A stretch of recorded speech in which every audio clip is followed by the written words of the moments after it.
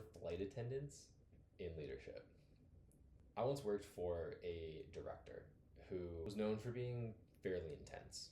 I'd heard stories, people getting chewed out, meetings going sideways. And then one day, we're in a team meeting, and the director walks in. And as soon as he enters the room, the mood shifts. They take a seat right next to me and immediately call out to one of the people that was on the Zoom, not to chew them out, but basically to rant about a situation that had just gone sideways, probably in their last meeting. And it was intense. Swearing, venting, and really just treating this business problem like it was a personal attack. And this was in front of more than a dozen people. So there I am, sitting next to him, and I could feel every muscle in my body contract. And honestly, it was in that moment that I made a decision I would never be able to trust this person.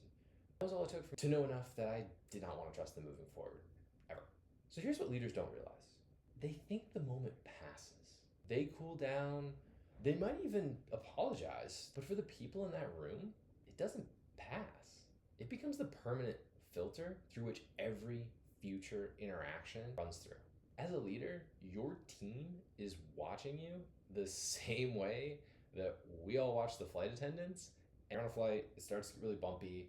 And if you look over and the flight attendants look calm, cool, collected, you think, oh, well, okay, this isn't that bad. They would know if this was a bit more serious. On the other hand, if you looked over and there was a flight attendant frantically running up and down the aisle, looking very frazzled, then you would probably start to freak out. Basically, if you're a leader, or if you are a leader who treats every setback like a 5-alarm fire, then people no longer know when there's a real emergency. Or worse, they stop bringing you problems at all. If you lead people, you have to understand one thing. Your emotional state is not just yours. And that's not meant to be a burden. That is the job. Be a flight attendant.